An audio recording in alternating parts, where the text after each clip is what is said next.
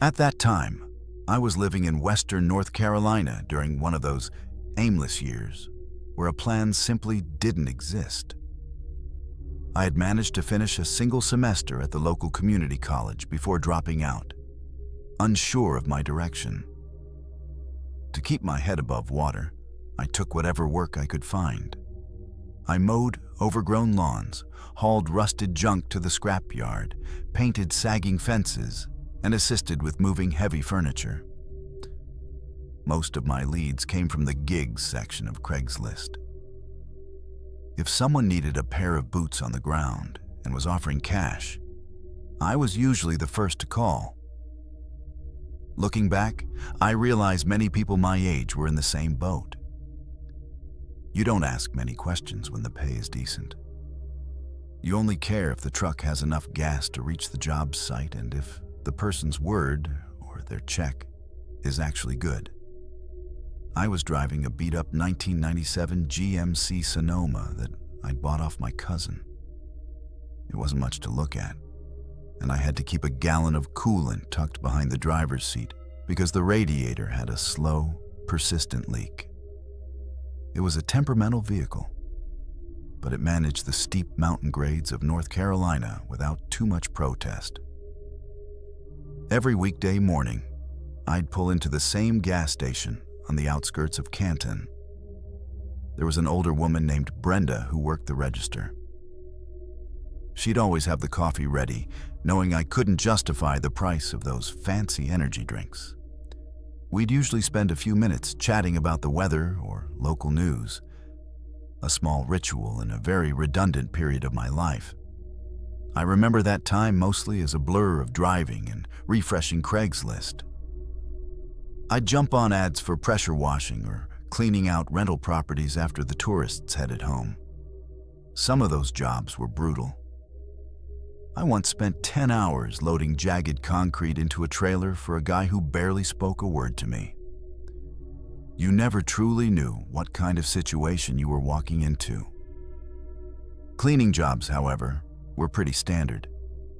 Vacation cabins are scattered all over the Blue Ridge Mountains, and owners are constantly looking for someone to scrub them down after renters leave. Sometimes, the state of those places was truly stomach-turning. One morning, I saw a listing that read, "Need someone to clean mountain cabin. One-day job. Cash paid." It seemed like a typical request, though the pay offered was significantly higher than the usual rate. There wasn't much detail provided beyond a phone number, which I called during my lunch break. An older man answered. His voice was gravelly and calm. He explained that he owned a property outside of Brevard and needed a thorough cleaning before the next set of guests arrived.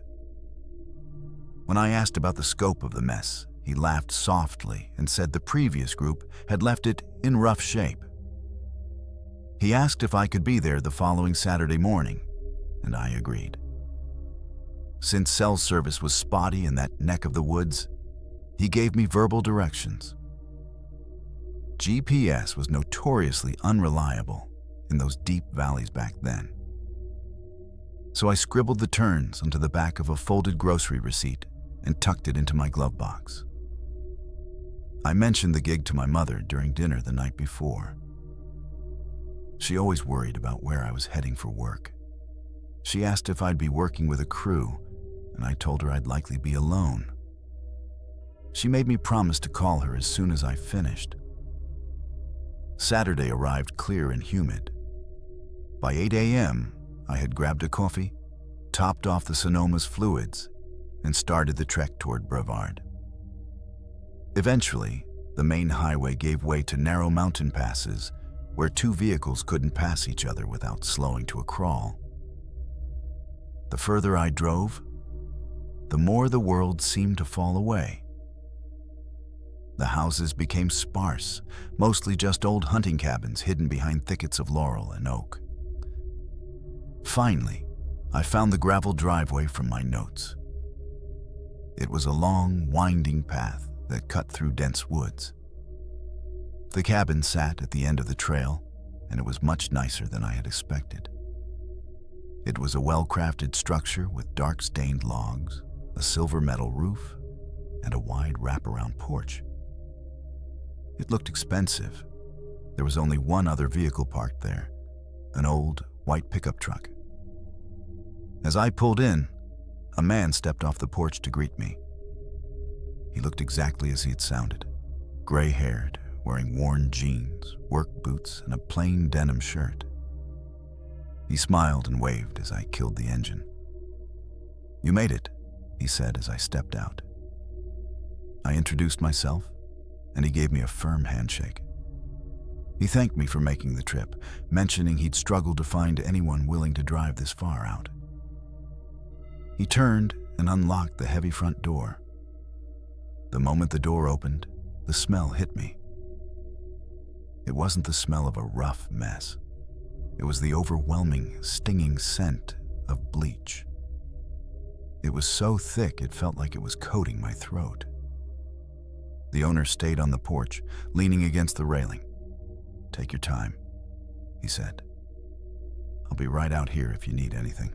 I paused, turning back to ask if the supplies were inside, or if I should grab my own gear from the truck. He waved a hand dismissively. "Everything you'll need is already in there." I stepped further into the house, expecting to find the aftermath of a wild party or a neglected rental. But as I moved through the kitchen and into the living area, I realized something was very wrong. There was nothing to clean. The counters were polished to a mirror shine. The sink was bone dry and spotless. I opened the refrigerator. It was empty and smelled of nothing. Even the hardwood floors had that hazy, damp sheen that comes immediately after mopping. The windows were crystal clear. I stood in the center of the living room, feeling a wave of confusion. I wondered if I'd gotten the date wrong, or if a previous cleaner had already finished the job. I walked through the rest of the house, assuming the mess was tucked away in a bedroom. But every room was staged perfectly. The beds were made with tight hospital corners. The bathrooms featured neatly folded towels. It looked like a showroom. And yet, the bleach smell grew stronger the deeper I went. I opened a window in the hallway just to get a breath of fresh air. But the humid mountain air offered little relief, so I shut it. Near the back of the cabin, I found a door that was slightly ajar. Unlike the rest of the house, this room felt unfinished. It wasn't dirty, but it was different. Pushed against the far wall were several items hidden under a heavy gray tarp. Driven by a sudden itch of curiosity, I lifted a corner of the plastic. Underneath sat 3 high-end video cameras mounted on short legs, positioned next to a folded tripod. Beside them were several bundles of heavy, dark crimson fabric. Velvet, maybe? They looked like blackout curtains, thick enough to completely block out any natural light. A cold sensation prickled the back of my neck. People have strange hobbies, sure, but the combination of the clinical cleanliness, the cameras, and the isolation felt sinister. This room didn't look like it was being cleaned. It looked like it was being prepared for something. I walked back toward the front of the house, intending to tell the owner that there was nothing for me to do. I called out his name as I approached the entrance. No response. I looked through the front window and saw his white truck was still there, but he was no longer sitting on the porch. I reached for the front door handle. It wouldn't budge. I turned the knob harder, but it felt jammed or locked from the outside. I checked the deadbolt. It was in the unlocked position, but the door stayed firm. I moved to the back exit, locked. I tried the side door leading to the porch, locked. Panic began to set in. I could see the man's truck through the glass, but the woods around the house were silent. There were no other buildings for miles. I pounded on the window, shouting for him. But the only thing that answered was the sound of my own heart thumping in my ears. I started checking the windows, but they were all secured. They would only slide up an inch before hitting a stop, either painted shut or intentionally blocked. He had said he would be outside. Not that he was leaving, not that he'd be back, just that he'd be right there. I pulled out my phone. No bars. I went back to the room with the cameras, looking for a tool, a weapon, anything. There was nothing but the equipment and some extension cords. The realization hit me that whatever was supposed to happen in this cabin, it didn't involve me scrubbing floors. I wasn't going to wait to find out what came next. I went into the dining room, grabbed a heavy wooden chair, and slammed it into the corner of the largest front window. It took 2 violent swings before the glass finally spiderwebbed and shattered. The crash was deafening in the silence of the woods. I waited for the owner to come running, but nobody appeared. I used the chair to clear the jagged shards from the frame and scrambled out, scraping my arm in the process. The moment my feet hit the dirt, I bolted for my Sonoma. The white truck sat there, silent and empty. I didn't look back. I threw the truck into gear and flew down that gravel driveway, the radiator protesting as I pushed the engine to its limit. Once I hit the main road and regained a signal, I called my mother. She picked up on the second ring. "Finished already?" she asked. I couldn't even explain it. I just told her I was coming home and that something was wrong with that place. Later that day, I tried calling the number from the ad. It was already out of service. I checked Craigslist, but the listing had been scrubbed. I searched for the address, but in those days, mountain property records weren't easy to find online. I've had plenty of bad jobs since then. I've crawled through basements filled with spiders and worked in the blistering sun until I fainted. But nothing has ever sat in my gut quite like that cabin. The surgical smell of bleach, the cameras under the tarp, and the sound of every door being locked while a man watched from somewhere in the trees.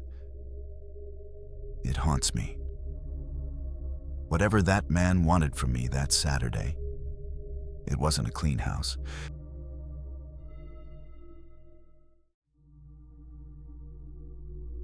I hail from the southern part of Missouri. My father held title to a substantial spread of acreage just a short drive from the city limits. We never made our living through cattle or crops, but the property was expansive enough that you couldn't see one boundary from the other. Most of the land consisted of open pastures that he kept tidy with a brush hog a few times a year. The one side bordered a dense stretch of hardwood forest that seemed to roll on forever. This land had been in our family since before I was born, and my father was the type of man who couldn't let property sit idle if someone was in need of a place to stay. Tucked away near the timberline sat a gravel path that opened into a small meadow where, over several decades, a few single-wide trailers had been parked. These were older units that folks would bring in when they were facing hard times. Some residents stayed for a few months, while others stayed for years. My father charged them almost nothing to park there. In many cases, he didn't ask for a dime. He believed that if a person was willing to help mend a fence, clear out brush, maintain the equipment, or split a cord of wood before the frost hit, that was payment in full. I don't think my mother was particularly fond of the setup, but she understood that my father wasn't the sort to turn his back on people he'd known his entire life. Most of those tenants weren't strangers to me. They were just the adults who lived down by the woods.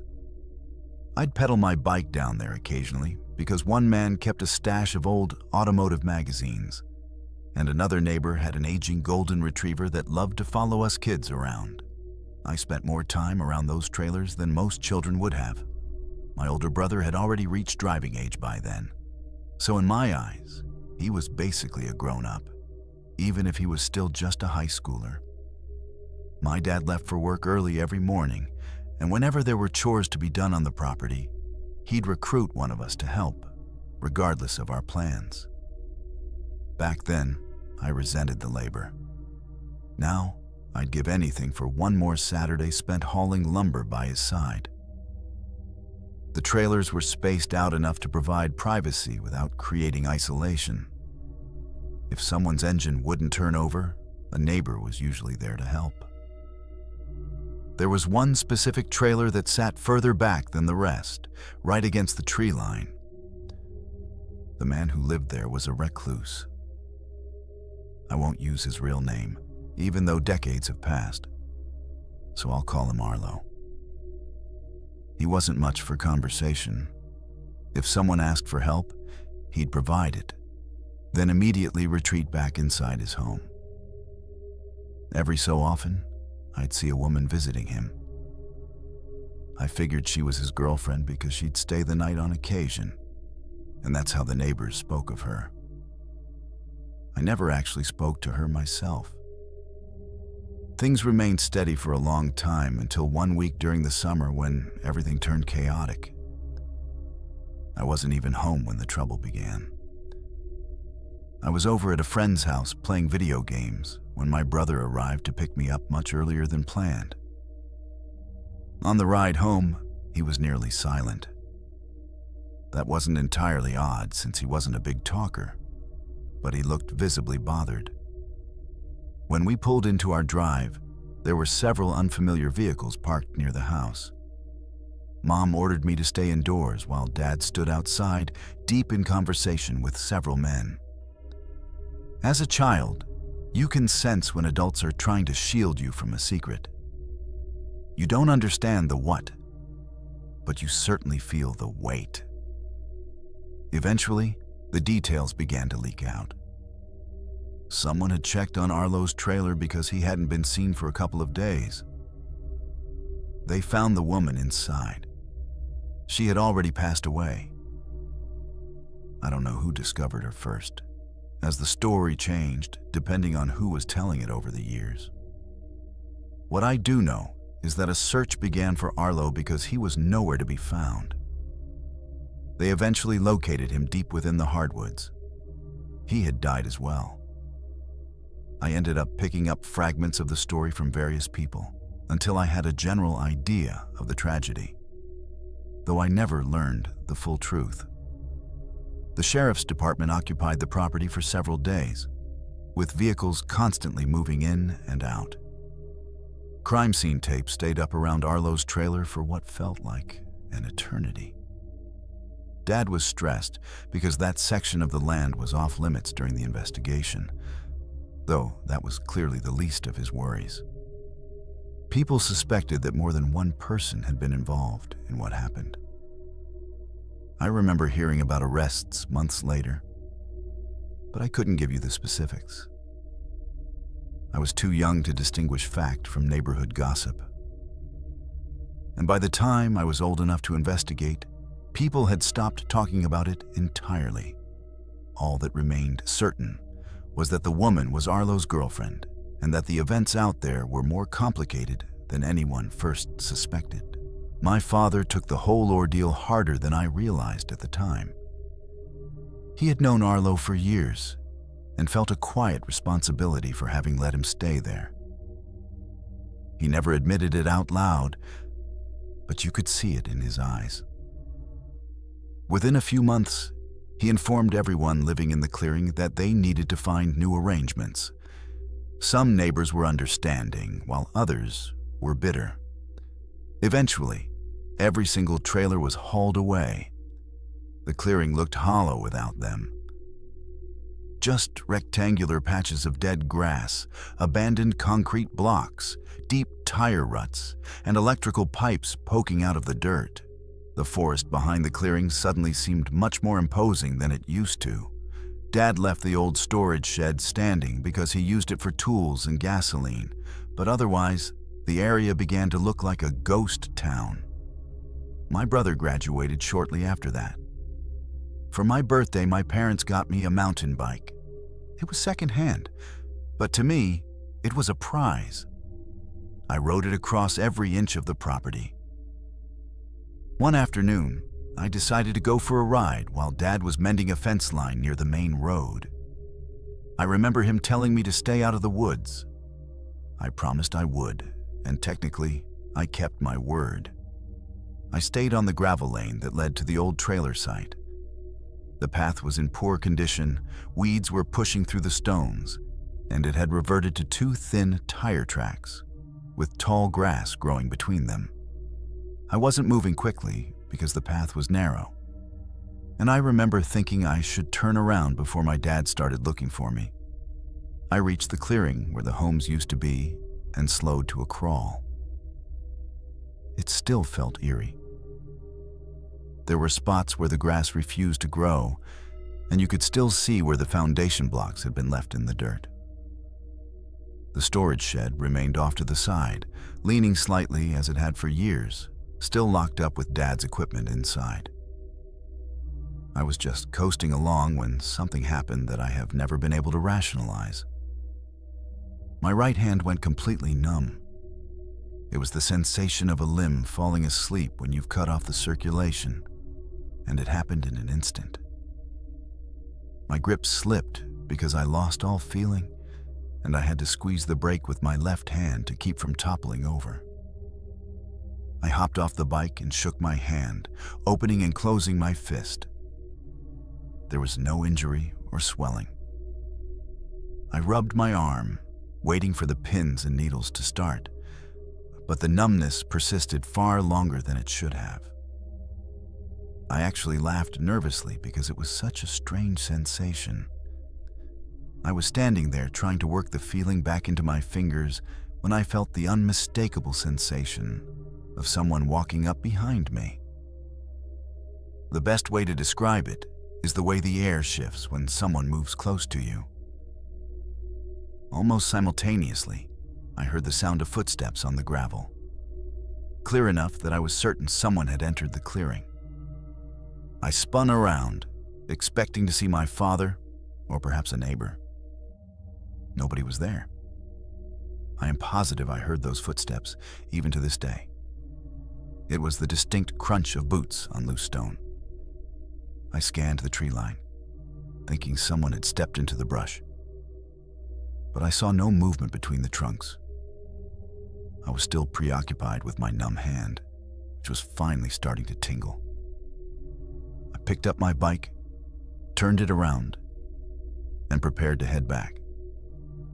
As I swung my leg over the frame, I caught sight of the old shed.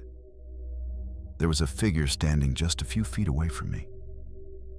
I hadn't heard them approach, and I have no idea where they emerged from. For years, I tried to convince myself it was just a person I had somehow overlooked. But what I saw didn't fit. It looked like a woman wearing a long, simple shirt. I only stared for a second or two. Everything from the shoulders down appeared perfectly normal. Her head, however, did not. It was a solid, featureless black, not the tone of human skin, but the color of charcoal after a fire has gone out.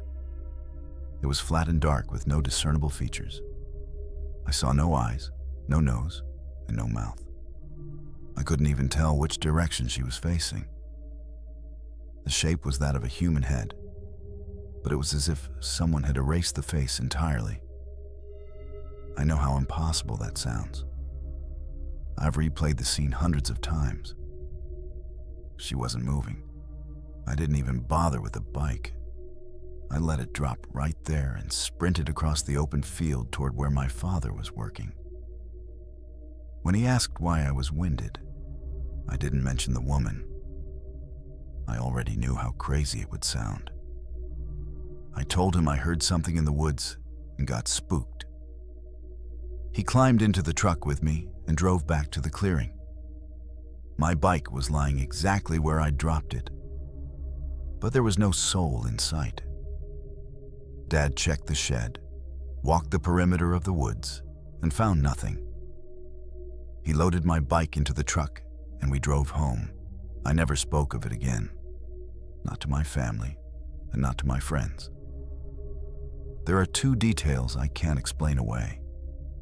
The sudden, total numbness in my hand that has never happened since, and that featureless figure.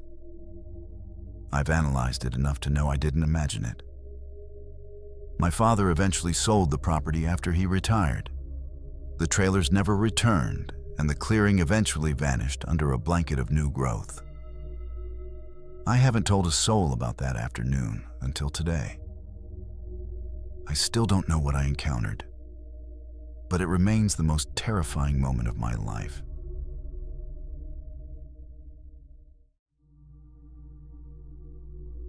My name is Nate. I was raised in the heart of Kentucky. Years ago, my younger sister Hayley was renting an aging house on the outskirts of Georgetown. Her landlord held a handful of dated properties throughout Scott County.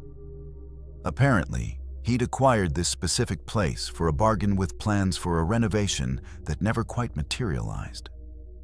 Consequently, he merely performed basic repairs whenever something stopped working.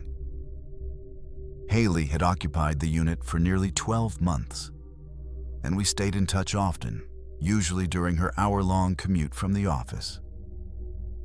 Our conversations ranged from family updates to random life events. Every couple of weeks, I would drop in to see her if my work took me nearby. She wasn't an expert chef, though she certainly made an effort. The kitchen was incredibly cramped. If two adults were inside, one had to squeeze against the wall just to let the other swing the refrigerator door open. The interior felt more ancient than the exterior suggested. The floors possessed a noticeable slant, and several doors refused to stay propped open, gradually swinging shut of their own accord. I dismissed these quirks initially, having spent years maintaining old structures where creaks and groans are standard. However, the floor plan was somewhat peculiar. From the moment you crossed the threshold, you entered directly into the living area with a kitchen situated to the left, separated not by a full wall, but by a 4-foot-tall partition. This decorative divider featured a thick wooden mantel on top, likely intended to look contemporary back in the late 70s. The corridor leading to the bedrooms began just past the cooking area. Hayley had a knack for decorating, making even a rundown rental feel cozy. To me, it was simply my sister's sanctuary. Eventually, Hayley began mentioning odd occurrences during our evening calls. She would ask if I ever experienced the sensation of someone pacing in my apartment while I was alone. I brushed it off, explaining that old foundations shift. A few nights later, she mentioned returning home to find a cupboard wide open, despite her certainty that she'd shut it that morning. I remained skeptical. My background in maintenance made me highly pragmatic about such things. Latches fail, frames warp, and timber settles. She didn't seem persuaded, yet she let the subject go. 2 weeks later, she called while I was having supper, her voice tinged with embarrassment. She asked if I would mock her, and I jokingly said I likely would. She offered a brief, nervous laugh before explaining she'd been watching TV when she glimpsed a figure in the hall. When she blinked, the hallway was empty. I suggested she might have dozed off during her show, and she conceded that it was possible. For a week, the topic vanished. We were both preoccupied. My job at an apartment complex became hectic after a burst pipe flooded several units, forcing me into daily overtime. The conversation that truly unsettled me occurred just as I was unlacing my boots after a long shift. When Hayley called and asked what I was up to, I told her I was just unwinding. I leaned against my counter, sensing this would be a lengthy call. She explained she had arrived home 20 minutes prior. After dropping her bag in her room, she walked back toward the kitchen and caught sight of a silhouette darting across the living room, as if hiding behind furniture. She couldn't identify the shape, but she had checked every corner of the house. All the locks were secure. She repeatedly stressed her own uncertainty, which was the most chilling part. She wasn't claiming an intruder was present. She was questioning her own sanity. "I don't know if my eyes are playing tricks on me," she whispered, "but I truly felt like someone was here." I asked if she needed me to stay the night. She admitted she would feel safer, so I made the drive. Hayley looked exhausted and apologized repeatedly for the inconvenience. I assured her it was no trouble. We did a full sweep of the property, and the initial night passed without incident. I crashed on the sofa rather than bothering with the spare bed. My only observation was a sudden drop in temperature, particularly in the living area. I assumed the dated HVAC system was struggling against the autumnal chill. I headed to work early the next morning. By midday, she texted asking for one more night of company. Having no other plans, I agreed. The second evening mirrored the first. We discussed her finding a new apartment once this lease expired, mostly due to the landlord's negligence. Before turning in, I patrolled the exterior to prove no one was lurking. The yard ended at a thin line of trees that didn't provide much cover for a prowler. Upon waking the next day, I suggested that her job stress might be causing these visions. She gave a perfunctory nod, the kind people give when they aren't convinced but want to end the discussion. I completed my shift and returned around 5 p.m. By this point, the routine of staying there felt quite natural. We opted for takeout that evening since we were both drained. She noted how much better she slept with a second person around, so I offered to stay one final night to put her mind at ease. We watched shows until 11 p.m. Hayley retired early since her alarm was set for dawn. I remained on the couch, channel surfing until a call came through on my cell. It was a colleague from work. Because the signal was poor indoors, I stepped onto the porch to chat. We talked for about 15 minutes. When I stepped back inside, the air was shockingly frigid, far colder than when I had stepped out. I suspected the furnace had failed in the interim. I checked the wall-mounted thermostat as I shut the door behind me. I intended to inspect the unit after brushing my teeth. A quick glance showed the settings were normal. The number wasn't low. I held my hand over a floor vent, expecting a cold draft, but warm air was flowing perfectly. I convinced myself that my skin was just sensitive from the outdoor air. The bathroom sat at the end of the hall, past the kitchen. As I crossed the living room, my focus was entirely on sleep. I had removed my boots earlier, so I moved silently in my socks over the groaning hardwood. I could hear the hum of Hayley's fan through her door. She never slept without the white noise, regardless of the season. The partition between the two rooms obscured my line of sight as I approached the corridor. That chest-high wall, topped with photos and silk plants, hid most of the kitchen floor. As I drew level with the edge of the divider, a shape on the floor snagged my attention. My first thought was that Hayley was sitting on the tile for some reason.